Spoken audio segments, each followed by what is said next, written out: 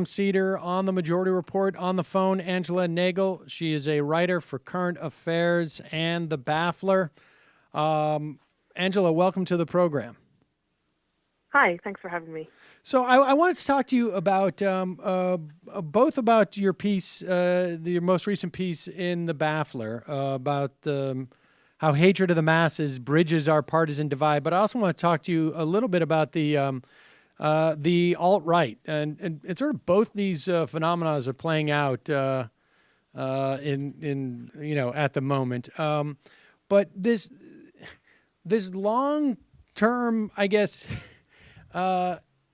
you went back and you sort of dug into sort of how some of our literary giants on both sides of the Atlantic had a disdain for the masses. Just tell us about that. Yeah, well, one of the main books that I drew a lot of the quotes from was a book by John Carey called The Intellectuals and the Masses, which I read years ago. And it kind of had a huge effect on me. But I remember when I was reading it, it's very much about the literary intelligentsia in the early 20th century. And their ideas, like among all kinds of people that we admire, like W.B. Yeats, ideas about eugenics were very common and very fashionable. And even among, and that was a kind of a right to left thing, intellectuals at that time that were sort of fascist leaning, believed in this stuff, as did the kind of Fabian thinkers. So at that point, it was already something that kind of bridged the divide. But it was an idea that came about eugenics and all the connected ideas around, there being too many people. Carey kind of talks about how this was a result of this massive population boom that had happened, about 50 years beforehand. And those people were starting to kind of move into the elite urban centers and so on. So it just struck me as kind of relevant because I would view the alt-right as very much a phenomenon of a kind of panic that is particular to mass culture, which is a panic of, particularly cities being swarmed with these kind of breeding masses of people, the sense that we have limited resources, and that these people are having too many babies and are going to destroy our culture and all that kind of stuff. So, in other words, even before you had the kind of mass immigration policies that we've had in recent decades, these kind of panics that were particular to mass culture have been around for quite a while. Yeah, I was going to say, I mean, like, what differentiates the alt-right from just, Steve King, again, on multiple occasions, it seems like over the past 3 or 4 days, said something just almost exactly to that effect. A congressman from Iowa saying that, we don't want to have to take care of other people's babies. And I don't know that I would call him the alt-right necessarily. He's just sort of like the old right, just the right. I mean, what is supposedly distinguishes the alt-right? I suppose you could say it's the emboldened right in some way, emboldened far right, because up until pretty recently, what we call the right would include, say, neocons, for example, and it would include civic nationalists, people who would say, kind of very much like, I mean, Trump would be, to me, he still hangs on to that kind of civic nationalism. So he would say, it doesn't matter what color you are, we can all be united under the nation. And patriotism is what will kind of bring us all together. So there was always a pretense on the right of, particularly in America, there was the whole idea of American exceptionalism. So, the right in America, establishment right, has kind of generally valued all those things. I guess the alt-right is trying to break the taboo that has existed, particularly since the Holocaust, around issues of race. So, since the horrors of the Holocaust, we've tended to speak about race with a great deal of, that kind of sense of taboo, that certain things were not sayable, that we shouldn't talk about sort of genetic superiority and inferiority and IQ and all those things. So their kind of main thing is trying to break that taboo and make all these things part of popular discussion again. And also a big part of their thinking is about kind of white consciousness. So trying to kind of reframe culture in a way that people think of themselves as white. Like in the same way that lots of successful movements in the past have tried to change people's consciousness. So, gay liberation movement, brought about, people thinking of themselves first and foremost as gay. The women's liberation movement, the same thing. They were very successful. So, I mean, that is kind of part of one of the very clever strategic parts of their project. So, in other words, this is not your daddy's racism. It's basically, and I want to put a pin in that for one moment. I just got to address the civic nationalism of Trump. My sense is, to the extent that he is, that is simply a rhetorical change. I mean, this guy, I think, had there's a lot to indicate that he was just, a classic, racist, and whether that was he was a Queens born and bred style racist or a wealthy racist. I mean, I think maybe there's an interesting sort of confluence there of his racism, but I think that's I think the civic nationalism was just like sort of on some level, right? There's this that civic nationalism is sort of the polite way to be racist, presumably. And if I hear you correctly, the alt-right is really just sort of like racist liberation on some level. Yeah, it's absolutely rejecting the idea that you need any veneer of civic nationalism or anything else. So it's about being shocking and, it really is about breaking the taboo, and things that were just inconceivable in the public arena just a couple of years ago, I'm now seeing every day. Right. Give an example of that, because I think that is really sort of it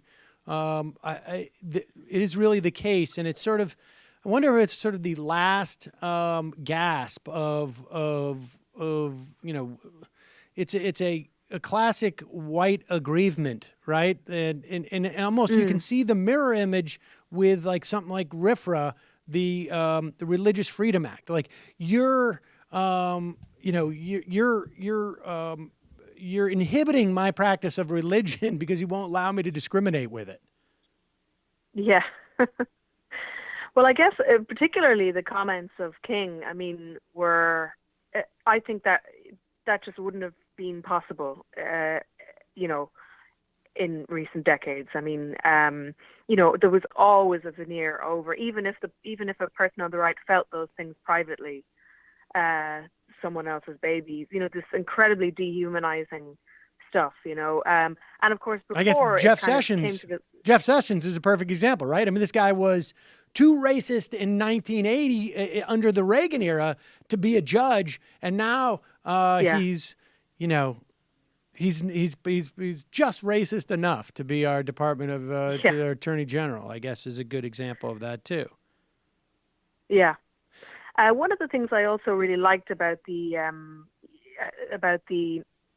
kind of going back and looking at the kind of literary intelligentsia that had all these ideas about eugenics and kind of like often, were quite fascistic in their language. And, D.H. Lawrence, for example, wrote about his fantasy of like herding the unfit and the sick into some kind of a building. And, they would talk about like poison gas and all this kind of, like they really were kind of almost imagining the Holocaust before it happened, in these kind of fantasies. And they were responding, as I said, to a population boom and to this kind of chaos of what that meant, the big population boom, how it changed the cities. And they described their kind of disgust at,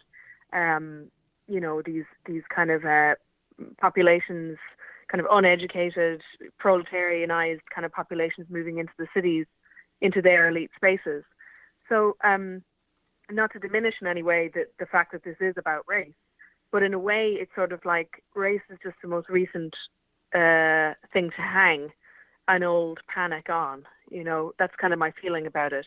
This is not a movement that has, even by their own definition, some beautiful vision of the future, utopian or something like that. It's very much about a panic, about trying to stem the tide, and this feeling of being in utter chaos and everything's falling apart. That's very much the tone of it, I think. And those are quite similar in that way. Well, I mean, wasn't part of the reason why it has become, I guess, more what we would perceive today as racialized? I mean, at that time, it was probably also racialized for them. It was just sort of there was a tighter definition of what a white person was, I would think, on some level. Yeah, sure. Go ahead. Yeah, but, I guess the point is kind of, I don't know, I feel like this is coming from something deeper than, so that even if everyone is white, or what we would now call white, of course, as you say, I mean, back then, for example, Greeks were not considered white. There was a question mark over Irish people being white and so on. So, yeah, I mean, they definitely racialized it in the sense that they were also hugely preoccupied with the gene pool being polluted by the lower orders. So, it's just interesting that that's the first place they went to. It's also worth saying because I think a lot of the kind of younger people who are attracted to the alt-right are often people who think they like the funniness of it, and they think, they like the kind of irreverent sense of humor of it and stuff like that. And a lot of the time they're drawn in through that stuff.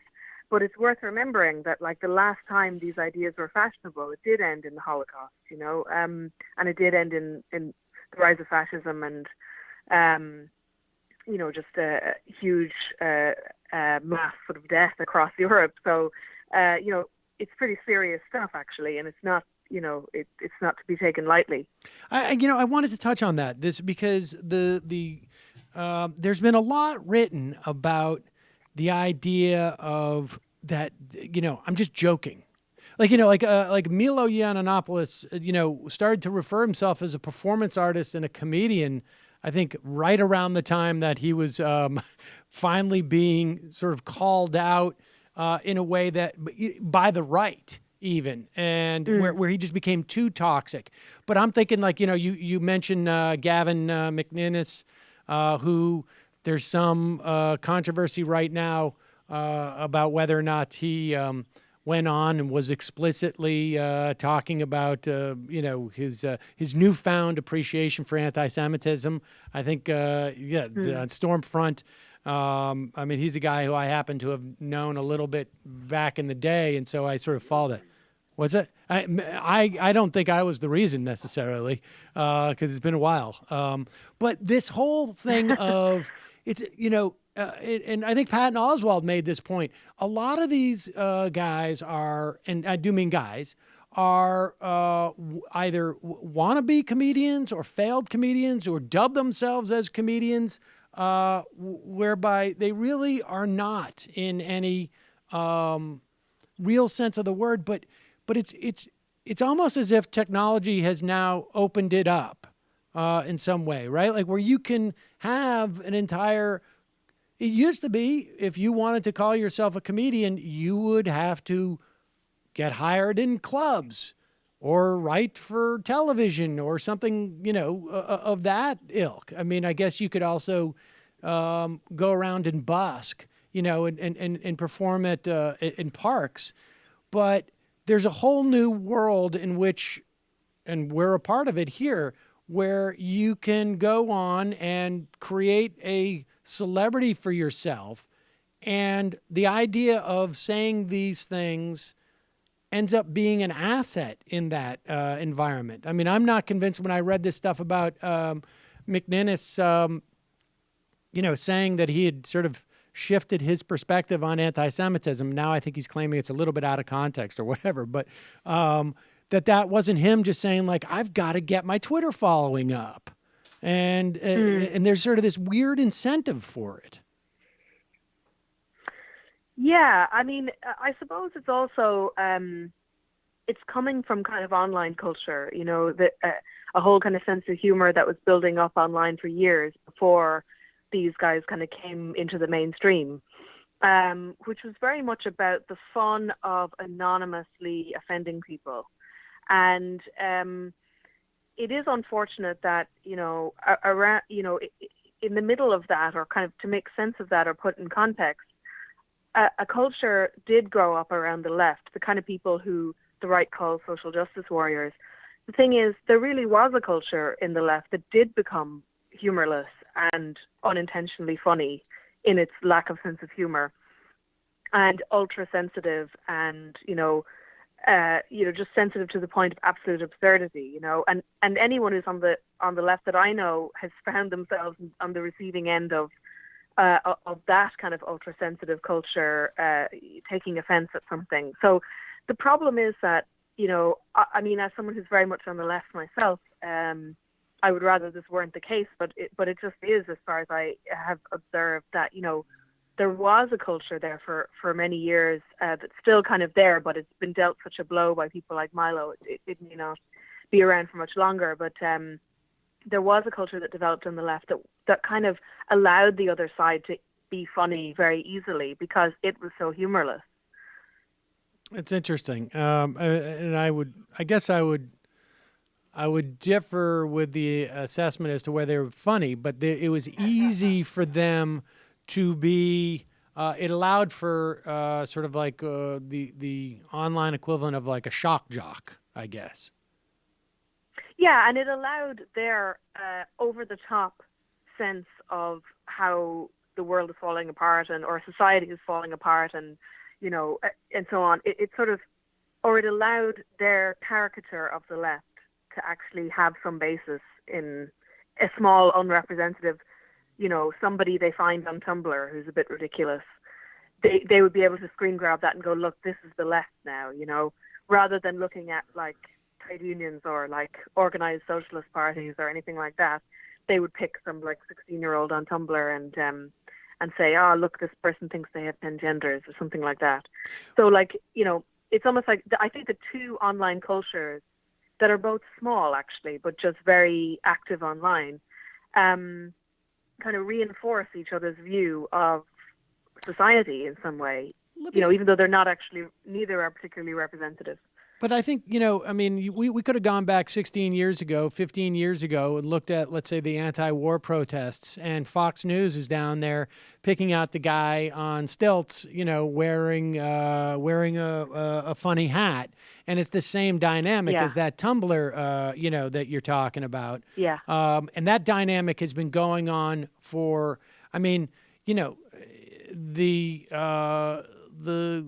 I feel like that dynamic's been going on for 40 years, where the right is, picking out the guy selling bean pies at a concert is an example of the left.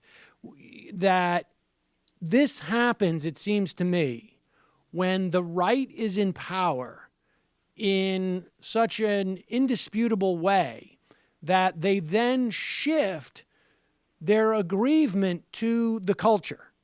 So when it was the Bush years, that is when the war on Christmas flourished, because what could you argue?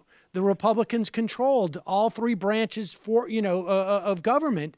What could you argue except for the fact that in some malls, somebody's saying, Happy Holidays instead of Merry Christmas. I mean, it's almost as if there's a vacuum there where this aggrievement is just sort of floating around and needs to attach to something. And if it's not that they're ramming or jamming or whatever the verb is down our throats, some type of public policy, it's that they're ramming or jamming their Hollywood, secular, I mean, I think we're going to see that rise again, right? I mean, where have the words secular left gone? They went away during it seems to me, for the past 5 years. And I think it's going to come back. It's going to probably take another year or two before we are jamming or ramming our culture down their throats. Yeah, and their sense of themselves is clearly very tied up in being oppositional. So now that their guy is in the White House, and they, are probably going to win, the right are going to win across Europe, or certainly they're in with a shot. I don't know. Yeah, you're right. They're going to have to find some new way of making themselves victims of the dominant culture. But, they like to talk about cultural Marxism a lot as well. All these kind of, very just conspiratorial kind of ideas. And the way they do it, and this particular method, I think, flourishes more online than it has many previous medium, which is that if you're on a forum that is alt-right or anything kind of in that orbit, you can see video evidence, image evidence every day, just an endless loop of it that proves, quote unquote, your kind of worldview, that proves that the cultural Marxists have won and all this kind of stuff. But I mean, it's classic conspiratorial thinking, because of course you're not putting it in the context of the fact that if you walk outside your front door, the world looks absolutely nothing like the world that is presented in these forums, So I think they do believe, their sense of panic is real. Like, I think they do believe this, that the culture is just about to go off the cliff. But that's an old story, of course, as well. Yeah, I mean, I think Breitbart, from which Milo and many of them, I think, emerged. Breitbart himself, as far as I could tell, in anything I read about him or any dealings I had with him, had virtually no interest in like what I would consider politics, right? I mean, he perceived himself as a cultural warrior and was far more, and I think also that's where his sense of aggrievement came, because this was a guy who, more or less grew up in Westwood, of a perfectly well off, but I think he wasn't allowed to hang out with the cool kids in LA. And so exactly, he never became the celebrity I think, he felt he should have been, while all his friends ended up going into Hollywood and being stars, and he would just resent that. I think that was a big part of it. Yeah, well, I mean, they certainly, if you think back to Pat Buchanan talking about the culture wars and the war for the soul of America and all that, the right was very much on the back foot in terms of mainstream culture. I guess the weird thing about the alt-right, like, people always say, why are they even called that? Why aren't they just called the far right or fascist or something like that? But one kind of interesting thing about them that distinguishes them is that they don't have that kind of, fusty old conservative image. They are very young and, right. And sometimes funny, and they're obsessed with being edgy, which shows how young they are, because nobody cares about that after they get out of puberty. And I think in this day and age, I think the problem for them is that nobody really even cares about edginess at that level. Like, I mean, I think there's less and less people see edginess, and that's been, I think, the case for, I feel like that was the case with even in Gen X, was just the baby boomer generation had broken all of the major taboos in society, and so all that was left was like, you really, to be considered edgy, you got to be like Pol Pot or something like that. Like, that's the only way to get your daddy's attention anymore, because everybody's like, well, you want to, you don't want to go and work at IBM? That's fine. Go ahead, go out, find yourself. I mean, there was almost too much acceptance in society for people to have their natural rebellion, and it's playing out with these people. Yeah, that's why I wonder sometimes. I mean, obviously the central figures of it really mean what they say, and they've really thought about it, and they are to be taken seriously, as a threat. But I mean, I think a lot of the younger kind of people who just share the memes and kind of, like the sense of humor of the thing, like it as an edgy subculture, that's kind of how they view it. I can't really believe that they have really thought through what their politics would actually entail if it had to be enforced in some way. So, for example, Gavin McInnes had Richard Spencer on his show, I think twice or more, and when Spencer explained that he thinks, non-white, not just immigrants, but non-whites should be sent home. Essentially, that the society should be racially segregated. Gavin McInnes had a sort of look of surprise on his face, and he said something like, "Oh, you don't really mean that, though, do you?" And I thought, wow, I mean, maybe he doesn't quite, maybe he's so used to that kind of horrible nihilistic vice style kind of irony that nothing kind of is real anymore, and it's very hard to know where that line is. I think that's true. I mean, I think from my because his own wife is non-white, and therefore his own wife and children would have to leave America. So if he really believed Spencer, if he really took him at his word, would he be kind of palling around with him on a show? It suggests that he's not quite taking it completely seriously, or that he's so steeped in irony that he can't. I think it's the latter. I think it's a little bit of both, and I think at one point you get lost when you go down that road from being the guy that who's hanging out with the gang. I'm gonna be that guy. And when people come in the room, it's like, Gavin, there he goes again. And I think then because that's the way to be that guy. If you're in Brooklyn and you're hanging out, that's the way you stand out. If you're hanging out with these people. But I imagine if we were to drop Gavin into central Iowa, all of a sudden he may end up being the social justice warrior, in fact, in that environment. Yeah. That's why when he sits down with Spencer, he's a little bit sort of surprised, like, whoa, wait a second, where do I fit in here? Am I really on my show to be the voice of reason? Probably not. And I think it's probably a little bit off-putting to him. I mean, well, so let me just circle back around to this notion. I mean, one thing that really struck me was these literary figures who are concerned about the masses learning to read and becoming more literate. And I can't help but think, and I've had opportunities to engage with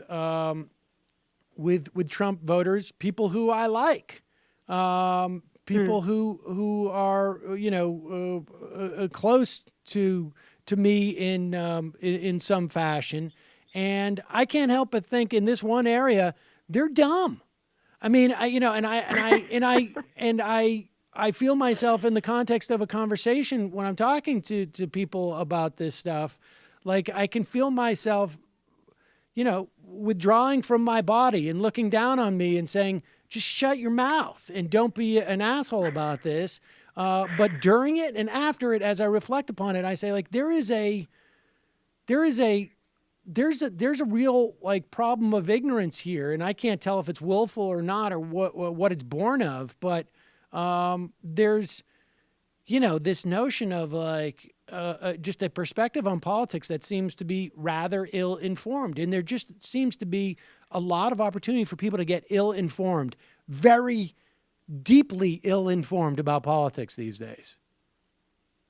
Well, there's definitely a lot of, conspiracy theories have never been bigger. So it's almost like, because sometimes when I hear that, descriptions of politics and politicians in terms of their intelligence and how educated they are and so on, I mean, it sounds snobbish, but it's almost like, and historically, I mean, the great movements have been like peasant revolts and slave revolts, and they've been people who couldn't even read. So you don't need to be a genius to be to be at the center of a great movement, or to do something great politically. But I guess it's more that they are informed by conspiracy theories, right? And the extent to which conspiracy theories in America in particular has grown. It's just absolutely unbelievable. Again, not something anyone could have conceived of just a couple of years ago. The growth of, for example, InfoWars, and that Alex Jones would be this mainstream figure, right? A man who's ripping off his T-shirt and screaming and stuff. I mean, it's just absolutely. But there's also totally baffling. There's a midway point too. Like, for instance, I was just introduced to and then had multiple conversations about it with different people about Ancient Aliens, which is a show which turns out to be the highest rated A&E show. And when they took over, when Vigeland, just coincidentally, took over their second network, the deal was that they had to play Ancient Aliens on there, and they ended up, I guess, doing like a Mystery Science 3000 of it. But it is a show which gives you some history about things like Stonehenge and like the pyramids, but basically ends each episode with this sort of vague insinuation that only aliens could have come and built these things. And so you have people, and this is one of the highest rated history shows, if not the highest, in the country. And, that seems like a gateway drug to me. I mean, if you can, if the idea of like building, like it had to be aliens, that opens the door to a lot of different stuff. It seems to me. Yeah. It's a very strange era. Yeah, I mean, it's hard to know. It does seem to be the preoccupation with, both the conspiracy theories and the kind of seemingly widespread belief in many of them, and the preoccupation with kind of intelligence and education as as kind of central to politics. It seems to me a very American phenomenon, I have to say. If you look at presidential elections, in France or in Britain or wherever, the idea that the person is stupid and therefore won't be a good president isn't really something that's discussed very much. Whereas, like, say, the George Bush presidency, it was talked about constantly, and now again with Trump. I don't know. I mean, I don't think that I don't think that being smart necessarily makes you moral, for example. Right. But I guess maybe our sense here is that you guys have a baseline that and there is not the tradition of widespread anti-intellectualism. I think. I mean, that's maybe my own projection that exists in Europe, right? I mean here people win on the idea of. The reason why, in my mind, Donald Trump was able to defeat the Republicans in the primary, and I think even arguably Hillary Clinton on some level, part of it was like, you're so book smart. You know all that stuff that is just clouding your head, and I can just, for me, it's just dollars and cents, man. You need an ice rink built? I'll build the ice rink. And certainly George Bush, the first election, to the extent that he was the victor, which I think technically he was not, but it's better to have a beer with this guy than sit there with that egghead. And the Republican Party has been pushing the CEO presidency for the last really 3 out of 4 of their nominees has either has run on the idea of them being the CEO president, and which is just another version of this is not about, you can go get your doctorate or your master's in something, but this is about being in business as opposed to like public policy. But Angela Nagle, thank you so much for your time today. We will put a link to both The Enemies of the People and Paleocons for Porn on the front page of Majority.fm. Thanks so much for your time today. Okay, great. Thanks.